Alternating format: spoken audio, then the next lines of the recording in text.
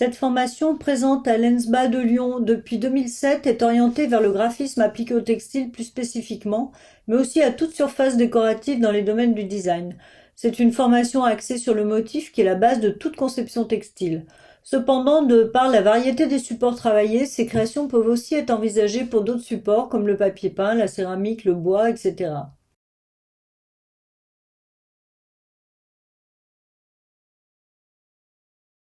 Bien que proposant une formation courte, c'est un premier cycle, c'est-à-dire seulement 2 ans de spécialisation après la première année commune, ou une autre formation équivalente à un niveau première année, puisqu'on a aussi des concours d'entrée à différents niveaux de la formation en équivalence. Nous avons deux objectifs, l'acquisition de compétences techniques indispensables aux métiers existants et l'encouragement d'une démarche d'auteur singulière et autonome.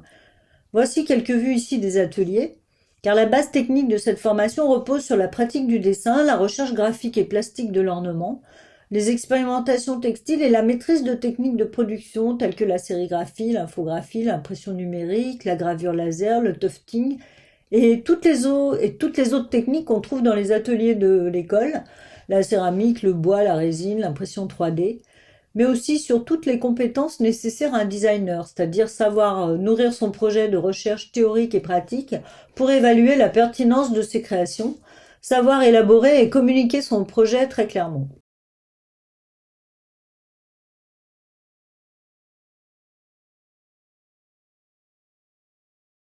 L'histoire des styles est abordée en cours théorique et pratique. Riche de formes, il permet aux étudiants de revisiter et de se réapproprier ce patrimoine et mettre en perspective leur production. Ici, on voit un ornement de type Damas revisité par l'infographie et un ornement rococo traité en volume. Dans la phase projet, nous ne donnons pas de cahier des charges, pas d'indication sur les applications visées ni de cahier tendance dans un premier temps. Le début de cette recherche est de nature expérimentale, une approche qui développe la créativité et l'originalité des positionnements. Nous amenons les étudiants à se poser la question suivante: quel peut être le sujet et la matérialité d'un ornement contemporain? La pratique du dessin sous toutes ses formes reste un atout indispensable pour savoir regarder et exprimer ses idées. Ici, vous voyez différentes techniques abordées et différents styles. Progressivement, les étudiants élaborent leurs propos, ils affirment leur univers graphique.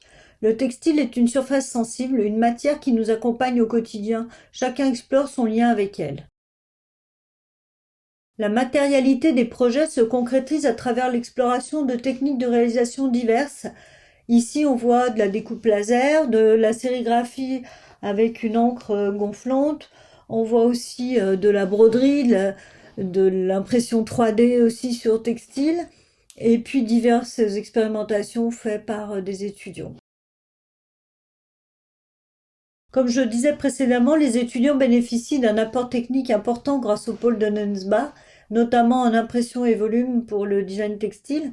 Ici, on voit précisément l'atelier de sérigraphie, on voit aussi une expérimentation dans le pôle numérique, on voit aussi de la découpe laser sur différents matériaux. On voit aussi de la teinture sur feutre avec des encres végétales et puis de la céramique.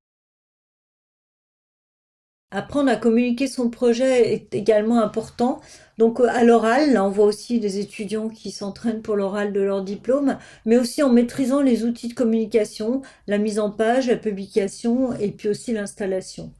Ici, on voit aussi une vue de l'exposition qu'on avait fait au réfectoire des nonnes à l'école l'année dernière, et puis aussi des revues que font les étudiants en design numérique. Le projet professionnel est abordé de différentes manières dans cette option, à travers la venue de professionnels invités au cours de workshops organisés dans l'option textile, qui permettent de se référer à un cahier des charges ou à l'altérité d'une pratique. Le professionnel invité partage son expérience et ses techniques de travail, et l'étudiant doit faire valoir sa singularité et la pertinence de son point de vue dans un projet commun. Ici, nous avions invité l'artiste Claire Williams, qui est une brodeuse sonore. Donc, à partir de motifs à toucher, il y a un dispositif électronique musical qui permet de propager des sons. Ici, c'est un workshop avec la designer Aurelia Paoli, qui est une designer de Caro Simon. Donc les étudiants sont amenés à concevoir des collections de carreaux. Et là, alors, bon, les projets doivent être extrêmement professionnels, donc il y a aussi des mises en situation, plusieurs collections qui sont présentées, et là on a réalisé ces carreaux en céramique. Les partenariats avec des entreprises ou des institutions publiques et privées sont nécessaires pour confronter l'étudiant à la réalité d'un milieu professionnel qui est hétérogène et en sans cesse mutation. Les étudiants voient la faisabilité d'un projet, les enjeux d'échelle, la production industrielle, ainsi que la communication et la présentation de leur projet. Ici, c'est une collaboration avec la société Balzan, qui est spécialisée dans la conception de moquettes pour des chaînes hôtelières, et aussi un partenariat avec la holding Hermès pour la création d'un carré de soie pour Silkinion. L'étudiant est aussi amené à faire des stages en entreprise durant 2 mois. On a de nombreux autres partenariats, mais je ne les ai pas tous mis parce qu'on travaille souvent en lien avec des entreprises. Ici, c'est un autre projet pour la bibliothèque du 6e à Lyon qui était en cours de construction. Donc l'étudiante qui a été choisie avait fait un projet en fait sur l'histoire de Clémence Lortet, puisque la bibliothèque porte son nom. C'est une botaniste lyonnaise. Donc on a conçu tous les papiers peints qui racontaient en fait l'histoire de cette botaniste. Donc là, c'est intéressant parce qu'il faut vraiment concevoir sur plan les projets. Donc il faut être extrêmement précis dans la réalisation et concevoir aussi la pose du papier peint pour que les raccords se fassent correctement.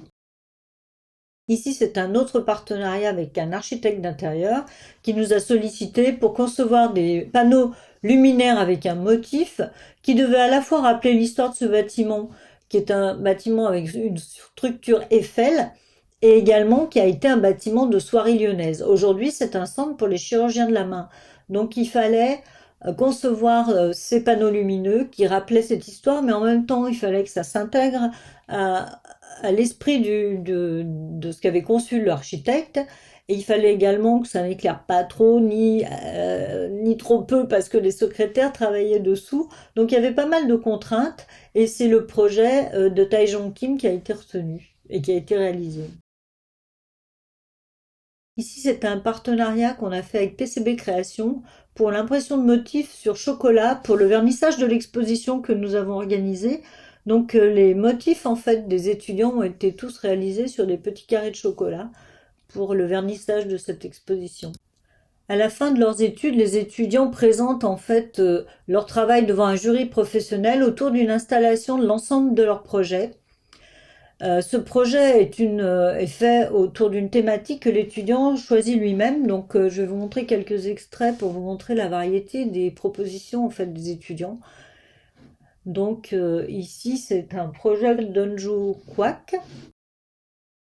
Ce projet d'Evacro tournait autour de la thématique du tissage, même si on ne fait pas vraiment de tissage à l'école. En fait, cette étudiante s'est inspirée de tous les croisements de fils pour créer des surfaces, à la fois en broderie, en tissage, mais aussi en découpe laser. Cet autre projet d'Eva Mutin est un projet qui essayait de réconcilier 2 mondes qui lui étaient proches, celui de la soudure dans l'atelier de son père qui était carrossier et celui des textiles qu'elle vivait ici. Donc elle a voulu rapprocher ces 2 univers antagonistes, a priori, autour de la pratique en fait de la soudure qui lui a permis d'expérimenter, et ensuite à partir de ces expérimentations elle a réalisé des motifs et des collections de textiles. Ici, c'est le projet de Johanna Denis qui a travaillé sur l'île de Socotra, qui est une île qui présente des particularités de plantes endémiques et qui sont des plantes hybrides, et elle a voulu travailler sur ce thème.